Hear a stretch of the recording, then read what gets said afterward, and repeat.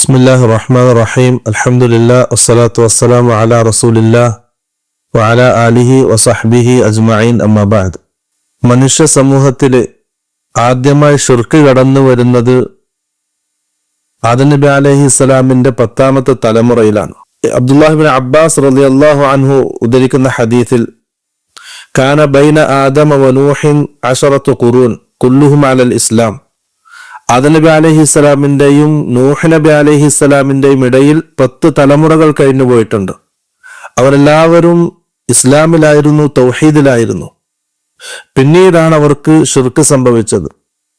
അല്ലാഹു സുബ്ഹാനഹു വ തആല ഖുർആനിൽ സൂചിപ്പിച്ചതുപോലെ കാനന്നാസു ഉമ്മത്തൻ വാഹിദ ഫബഅസല്ലാഹു നബിയ്യീന മുബശ്ശിരീന വമുൻദിരീൻ.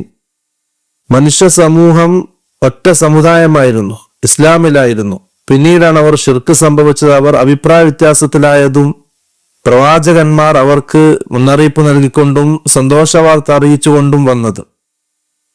നൂഹ് നബി അലൈഹിസ്സലാമിന്റെ ജനതയിലേക്ക് ശിർക്ക് കടന്നു വന്നത് 5 മഹത്തുക്കളുടെ രൂപത്തിലൂടെയാണ്. ആ സമൂഹത്തിൽ ജീവിച്ചിരുന്ന 5 ഔലിയാക്കന്മാരുടെ രൂപത്തിലൂടെയാണ് ശിർക്ക് കടന്നു വന്നത്. സൂറത്ത് നൂഹിന്റെ വഖാലു ലാ തദറുന്ന ആലിഹതകും വലാ തദറുന്ന വദ്ദൻ വലാ സുവാഅൻ വലാ യഊസ വയഊഖ വനസ്റ എന്ന ആയത്തിൽ അബ്ദുല്ലാഹ് ഇബ്നു അബ്ബാസ് റളിയല്ലാഹു അൻഹു പറഞ്ഞു, ഹാദിഹി അസ്മാഉ റിജാലിൻ സാലിഹീന മിൻ ഖൗമി നൂഹ്. നൂഹ് നബി അലൈഹിസ്സലാമിന്റെ ജനതയിലുള്ള സാലിഹീങ്ങളുടെ പേരുകളാണിത്. അവർ മരണപ്പെട്ടപ്പോൾ പിശാച് ആ സമൂഹത്തിനടുക്കലേക്ക് വരികയും അവരോട് ആ മഹത്തുക്കളുടെ രൂപങ്ങൾ ഉണ്ടാക്കി അവരുടെ പേരുകളിൽ ആ രൂപങ്ങളെ വിളിക്കാനും മന്ത്രിച്ചു കൊടുത്തു. അവരത് ചെയ്തു. ആ കാലഘട്ടത്തിലൊന്നും ആ രൂപങ്ങൾ ആരാധിക്കപ്പെട്ടിരുന്നില്ല. ആ സമൂഹം, ആ ഒരു തലമുറ കഴിഞ്ഞുപോയി അടുത്തൊരു തലമുറ വന്നപ്പോ അബ്ദുല്ലാഹ് ഇബ്നു അബ്ബാസ് റളിയല്ലാഹു അൻഹു പറഞ്ഞു, അവർക്ക് ആ ബിംബങ്ങളെ സംബന്ധിച്ചുള്ള, ആ രൂപങ്ങളെ സംബന്ധിച്ചുള്ള അറിവില്ലാതാവുകയും അങ്ങനെ ഭൂമി ലോകത്ത് ആദ്യമായി ശിർക്ക് ഉണ്ടാക്കപ്പെടുകയും ചെയ്തു. അപ്പം 5 ഔലിയാക്കന്മാരുടെ രൂപത്തിലൂടെയാണ് ഭൂമി ലോകത്ത് ആദ്യമായി ശിർക്ക് സംഭവിക്കുന്നത്. ശേഷം റസൂൽ സല്ലല്ലാഹു അലൈഹി വസല്ലമ ഏതൊരു സമൂഹത്തിലേക്കാണോ പ്രബോധകനായിട്ട് വന്നത്, ആ സമൂഹത്തിലും ശിർക്ക് ഉണ്ടായത് ഔലിയാക്കന്മാരുടെയും അമ്പിയാക്കന്മാരുടെയും രൂപങ്ങൾക്ക് മുമ്പിലാണ്. അബ്ദുല്ലാഹ് ഇബ്നു അബ്ബാസ് റളിയല്ലാഹു അൻഹു ഉദ്ധരിക്കുന്ന ഹദീസിൽ സാറത് ഹാദിഹിൽ ഔസാനു ഫില്ലത്തി കാനത് നൂഹ് ഫി ഖൗമി നൂഹിൻ ഫിൽ അറബ്. നൂഹ് നബി അലൈഹിസ്സലാമിന്റെ സമൂഹത്തിൽ ഉണ്ടായിരുന്ന ആ വിഗ്രഹങ്ങൾ, ആ രൂപങ്ങൾ പിന്നീട് അറബികളിലേക്കും എത്തി.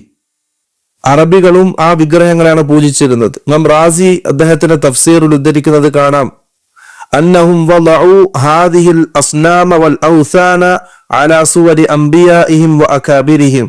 മക്കത്തെ മുശ്രിക്കീങ്ങൾ കാബയ്ക്ക് ചുറ്റും വെച്ചിരുന്ന ആ വിഗ്രഹങ്ങൾ, ആ രൂപങ്ങൾ, അത് അവരുടെ മുൻകാല കഴിഞ്ഞുപോയ അമ്പിയാക്കന്മാരുടെയും മഹത്തുക്കളുടെയും രൂപങ്ങളായിരുന്നു. അവർ ആരും തന്നെ നൂഹ് നബി അലൈഹി സ്വലാമിന്റെ ജനതയാണെങ്കിലും മക്കത്തെ മുശ്രിക്കാണെങ്കിലും ഈ ഔലിയാക്കന്മാരുടെയും മഹത്തുക്കളുടെയും രൂപങ്ങളെ അള്ളാഹുവിന് തുല്യമായിട്ട് കണ്ടിരുന്നില്ല. അവർ അള്ളാഹുവിലേക്ക് എത്താനുള്ള ഒരു വസീലയായിട്ടാണ് അതിനെ കണ്ടിരുന്നത്. അതിനാണ് ഖുർആൻ ശിർക്കെന്നും കുഫ്റെന്നും പരിചയപ്പെടുത്തിയത്. അള്ളാഹു സുബ്ഹാനഹു വ തആല മക്കത്തെ മുശ്രിക്കിന്റെ വിശ്വാസത്തെ പറയുന്ന സൂറത്തു സുമർ, വല്ലദീന ഇത്തഖദൂ മിൻ ദൂനിഹി ഔലിയാ മാ നഅബുദുഹും ഇല്ലാ ലിയുഖർരിബൂനാ ഇലല്ലാഹി സുൽഫ. അള്ളാഹുവിന് പുറമെ മറ്റു വലിയകളെ, ആരാധ്യന്മാരെ സ്വീകരിക്കുന്നവർ പറയുന്ന വാക്ക് മാന അബുദുഹും, നമ്മൾ ഇവരെ ആരാധിക്കുന്നില്ല, അല്ലെങ്കിൽ ഈ വിഗ്രഹങ്ങൾക്ക് മുമ്പിൽ നമ്മൾ ഇബാദത്തുകൾ ചെയ്യുന്നില്ല, ഇല്ലാ ലിയുഖർരിബൂനാ ഇലല്ലാഹി സുൽഫ, പടിപടിയായിട്ട് അവർ അള്ളാഹുവിലേക്ക് നമ്മളെ അടുപ്പിക്കാൻ വേണ്ടിയിട്ടല്ലാതെ. അതുപോലെ തന്നെ അള്ളാഹു സുബ്ഹാനഹു വ തആല മറ്റൊരായത്തിൽ പറയാൻ, മക്കത്തെ മുശ്രിക്കുകൾ പറയുന്ന വാദം അവരുടെ ബിംബങ്ങളെ സംബന്ധിച്ച്, വയഖൂലൂന ഹൗലാഇ ശുഫആഉനാ ഇൻദല്ലാഹ്, അവർ പറയും ഇവർ നമ്മൾ അള്ളാഹു അല്ല, നമ്മുടെ റബ്ബല്ല, മറിച്ച് അള്ളാഹുവിന്റെ അടുക്കലേക്ക് നമുക്ക് വേണ്ടി ശുപാർശ ചെയ്യുന്ന നമ്മുടെ ശുപാർശകരാണ് എന്നാണ് അവരുടെ വാദം. അതേ വാദത്തിലാണ് ഇന്ന് നമ്മുടെ സമൂഹത്തിൽ ഒരു വിഭാഗം പോയിക്കൊണ്ടിരിക്കുന്നത്.